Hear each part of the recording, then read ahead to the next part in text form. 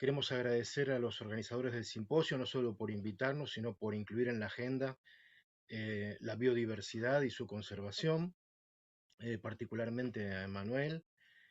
Eh, eh, esta, esta presentación está dividida en dos partes. La primera me toca a mí, la segunda a Valeria Bauni.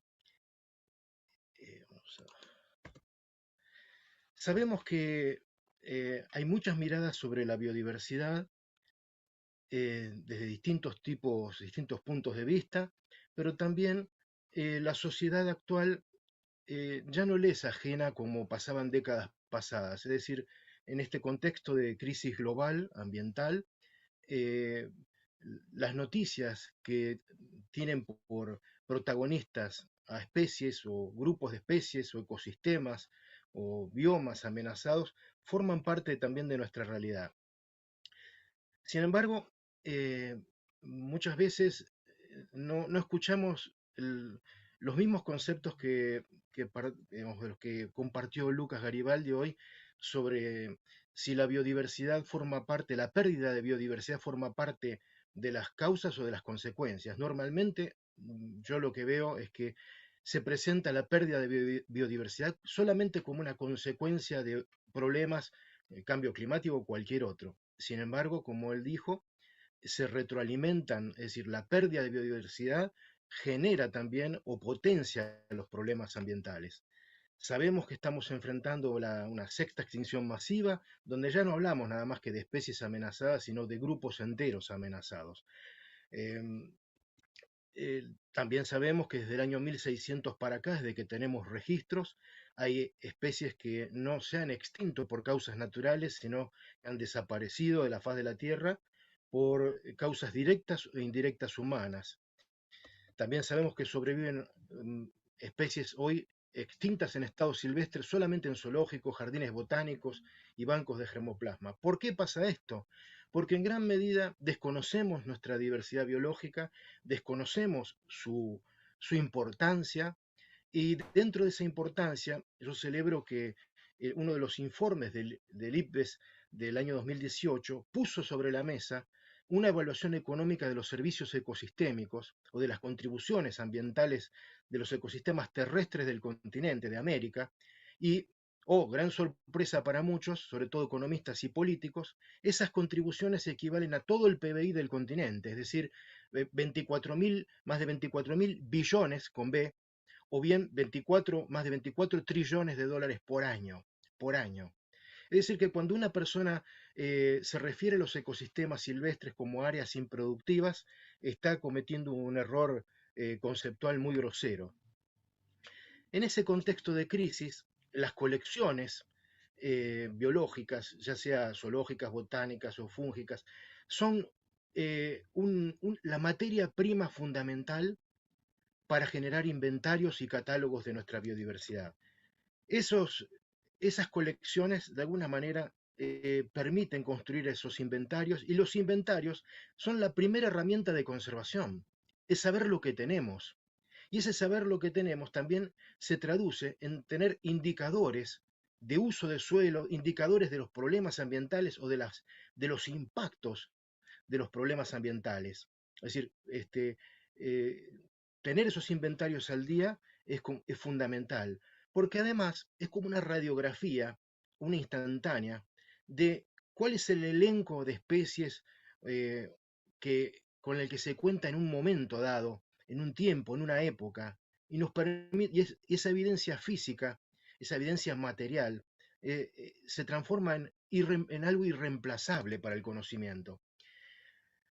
Eh, el grupo que se conformó bajo el nombre de Catalog of Life, el catálogo de la vida, que reúne a 4.000 taxónomos y más de 230 bases de datos, ha validado más de 1.800.000 especies vivientes, a las que le podemos sumar las extintas prehistóricamente, pero la proyección actual, la estimación que ellos hacen es que en estos momentos deberíamos estar rondando los 2,3 millones de especies vivientes.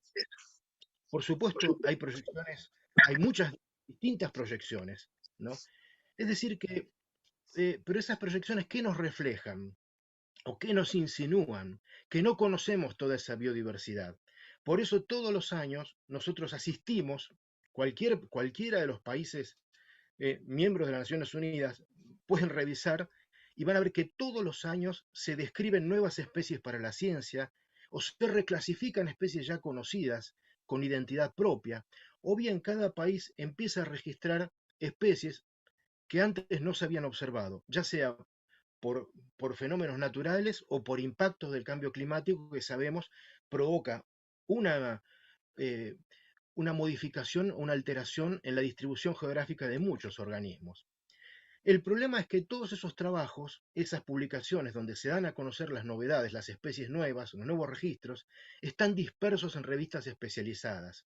De ahí es que consideramos que hay una necesidad urgente de aglutinar ese conocimiento, sintetizarlo, publicar inventarios que no solamente, por supuesto, se nutran de las revisiones bibliográficas, sino también de las colecciones, de las bases de datos, de los relevamientos de campo, de todos los trabajos que se publican. Y así como decía que hay una subestimación del valor de la diversidad biológica, también hay una subestimación del valor de las colecciones museológicas. Esto no lo digo yo, esto lo dicen muchas otras personas, entre otros David Flores, pero es lo que de alguna manera no se explica por qué muchas colecciones están en estado de vulnerabilidad. Hace 20 años se prendió fuego uno de los museos más importantes de ciencias naturales de la Argentina, el de Rosario, el Museo de Ciencias Naturales Dr. Ángel Gallardo, por ejemplo, con 10.000 especímenes adentro. Entonces, ¿por qué pasa esto? Bueno, pasa por muchas razones, pero una de esas razones es la poca valoración que le damos a las colecciones, a los inventarios y a nuestra diversidad biológica. Sabemos que en la Argentina tenemos 18 regiones ecológicas y cerca de 50 grandes unidades de vegetación.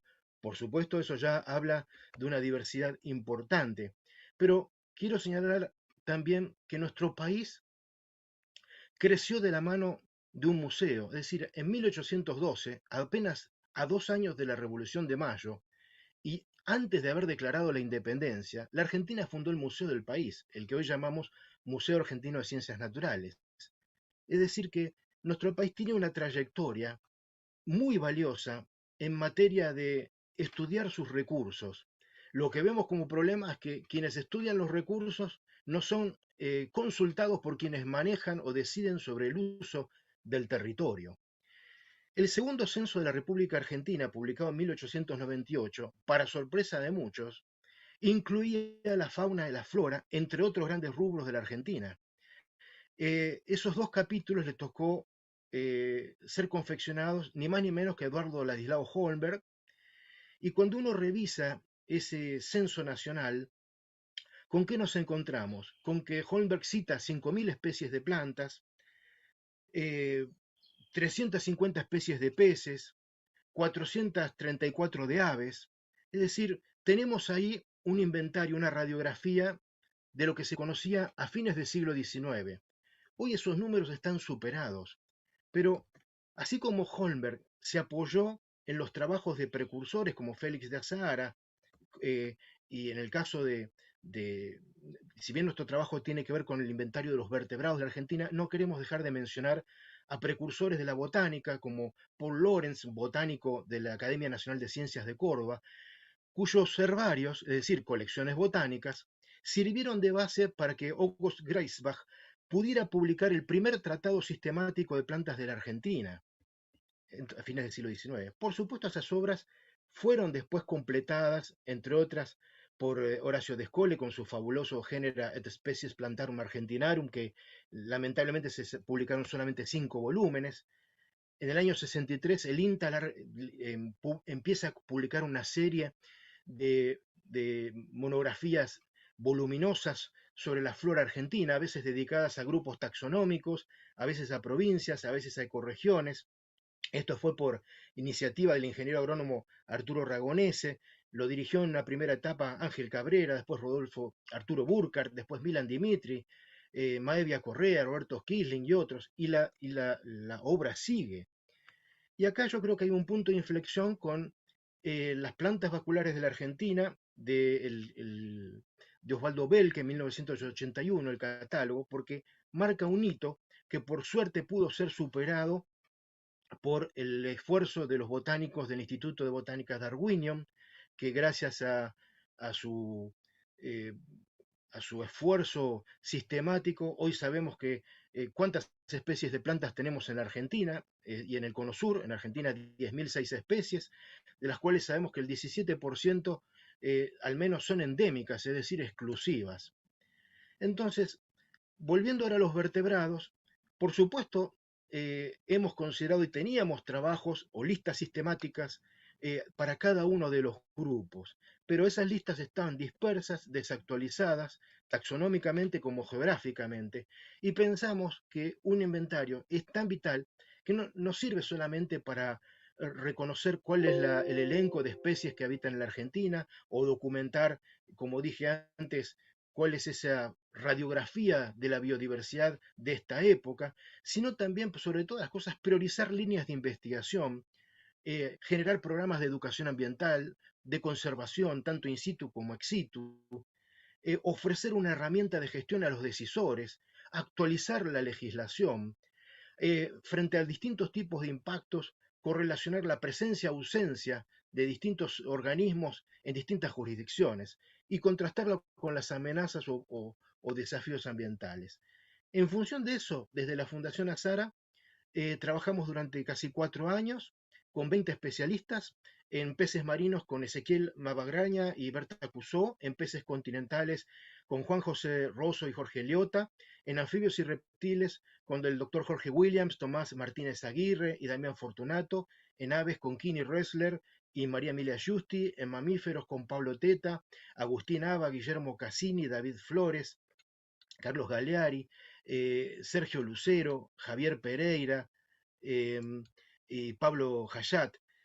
Eh, y quiero destacar que este grupo que hemos conformado, trabajamos con lo que teníamos puesto.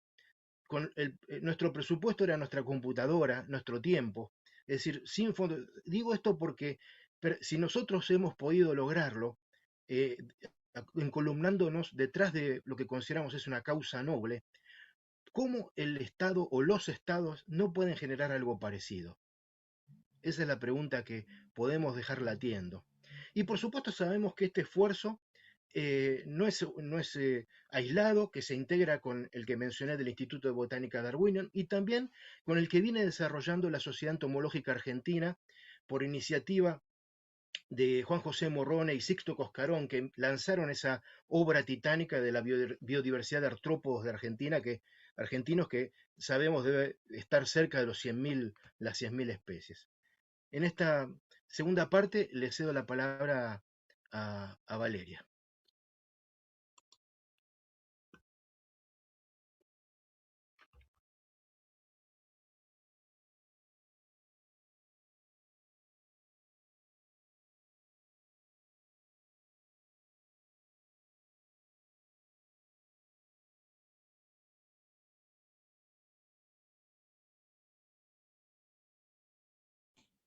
Hola, ahí estoy.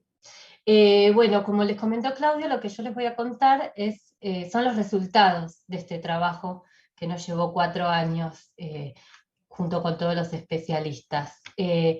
Para los oyentes que nos escuchan desde distintas partes y para ubicarnos geográficamente, bueno, la Argentina queda en el sur del continente americano, en Sudamérica es el segundo país más grande después de Brasil, y nosotros lo que hicimos, bueno, y sobre todo los especialistas, fue generar una base de datos. O sea, ellos ya contaban con información, pero la tenían que organizar, actualizar, teníamos que unificarla entre todos, así que generamos una gran base de datos que incluía mucha información, entre ella el rango taxonómico de las especies, el estado de conservación.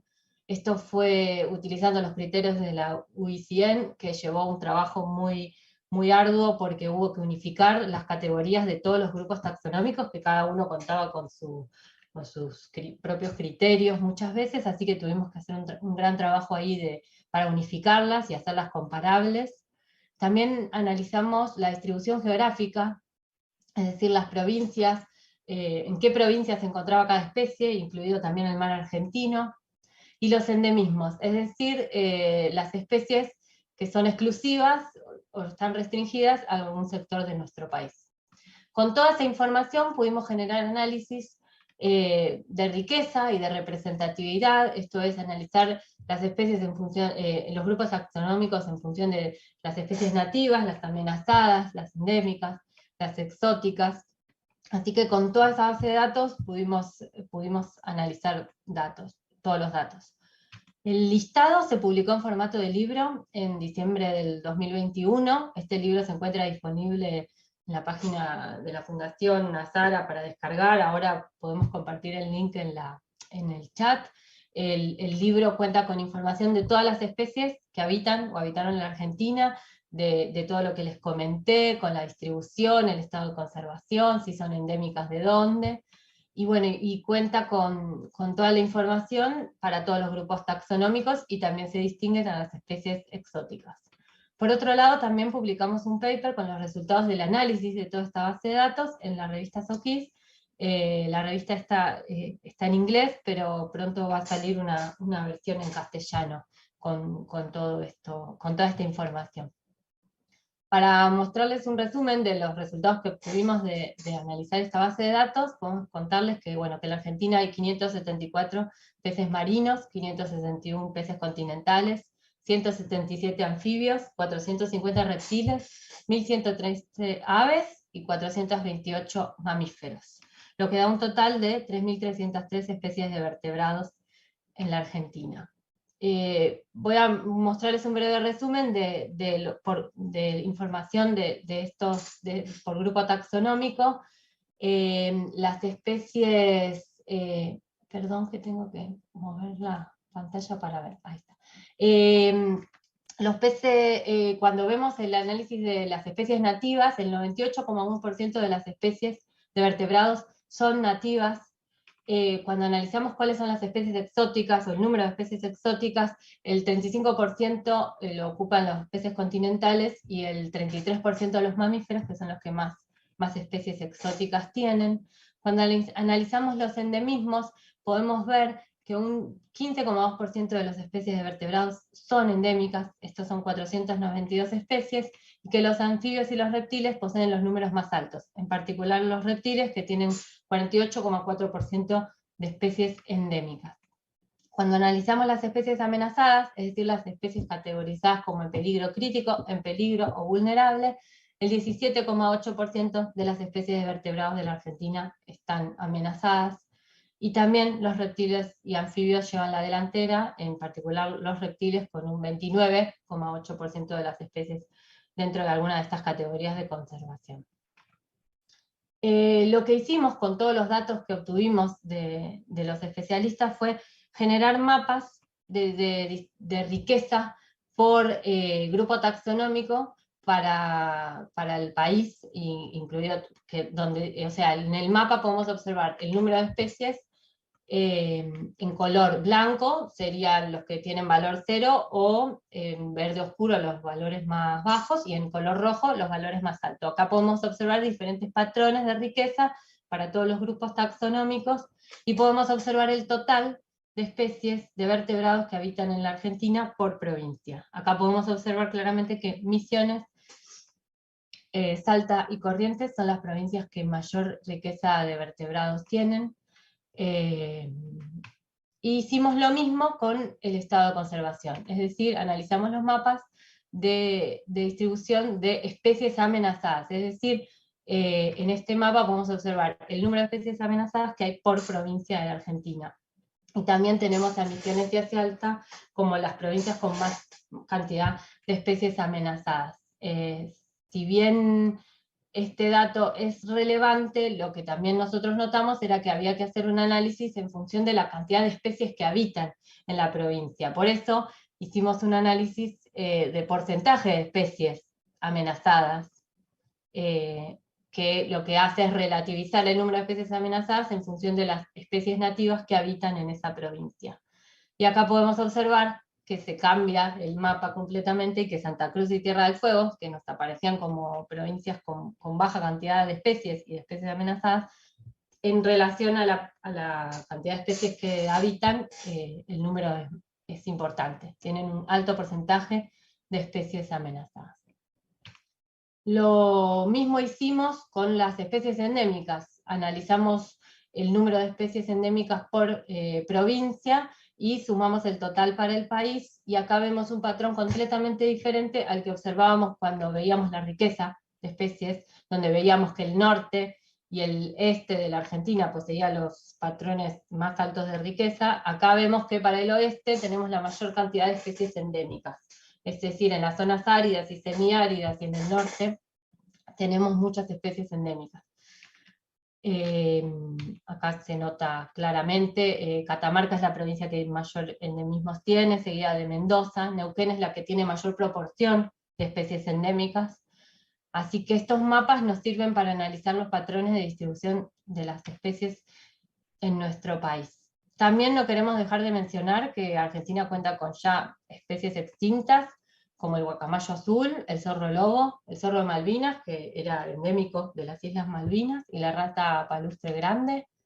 Tenemos potencialmente extinta al playero quimal, y tenemos otras especies que se encuentran extintas regionalmente, es decir, en la Argentina no se han registrado, pero sí en otros países hay poblaciones. Estas son el colicorto de una raya y el lobo gargantilla, que si bien el año pasado hubo un registro aislado, sigue estando en duda. También tenemos especies potencialmente extintas regionalmente, como el inambú enano, el maracaná lomo rojo, que desde los 90 no se registra, y el guacamayo rojo. Bueno, y para cerrar y ir despidiéndonos con Claudio, bueno, lo más importante que podemos destacar de este inventario fue que además que fue un trabajo muy arduo, que nos llevó muchísimo tiempo, que los especialistas tuvieron que estar trabajando constantemente con las actualizaciones, los cambios de taxonomía, con categorías de conservación. Logramos un trabajo muy relevante desde el punto de vista taxonómico para que Argentina cuente con un inventario actualizado de los vertebrados. Nos sirve como referencia a partir de este momento para el futuro, y nos permite profundizar en dónde tenemos que evaluar a la biodiversidad, dónde poner los esfuerzos de conservación. Por ejemplo, muchas veces los esfuerzos se concentran en dónde hay más especies amenazadas. Bueno, también podemos ver que tenemos que priorizar dónde están las especies endémicas, que son muchas veces son mucho más vulnerables por estar restringidas, o también el porcentaje de especies amenazadas también nos puede servir, sobre todo vemos que las provincias que dieron con mayor cantidad de especies endémicas son las que menos representadas están en el sistema de áreas protegidas. Nos sirve para los tomadores de decisiones, para actualizar legislación, y básicamente para desarrollar políticas públicas para la conservación a nivel nacional o provincial. Esto pone a disposición de los ciudadanos una herramienta sencilla que nos permite conocer la riqueza natural de vertebrados de la Argentina, el estado de conservación, y también nos dejó algunos desafíos en los que tenemos que trabajar a futuro, como por ejemplo mantener este listado actualizado, que no se pierda la actualización, publicarlo en la web para que sea de acceso libre a todo el mundo y fácil para que puedan consultarlo cada vez que uno quiera saber cuántas especies de vertebrados habitan en determinada provincia, que esa información esté disponible. Extenderlo a los demás grupos. Bueno, Claudio comentó que ya hay bastantes avances en eso, pero bueno, sería ideal tener toda la información unificada. Y también nos dejó el interrogante de las especies que no se encuentran categorizadas. Tenemos 21,5% de especies que no tienen datos para ser evaluadas, o sea, tenemos más especies sin información que especies amenazadas. Eso también es un dato relevante. Esas especies necesitan de información para poder categorizarla, de estudios, así que eso también es un desafío que tenemos por delante, y que ese número se reduzca a medida que podamos ir avanzando. Así que para cerrar, bueno, les queremos dejar un agradecimiento a Adrián Giaquino, Jorge Cristi, Fernando Vázquez Martín y Facundo Estivo, que participaron en el proyecto, a los especialistas, como ya los nombró Claudio, pero bueno, les debemos un agradecimiento enorme, y a Emanuel y a la organización por la invitación. Muchas gracias.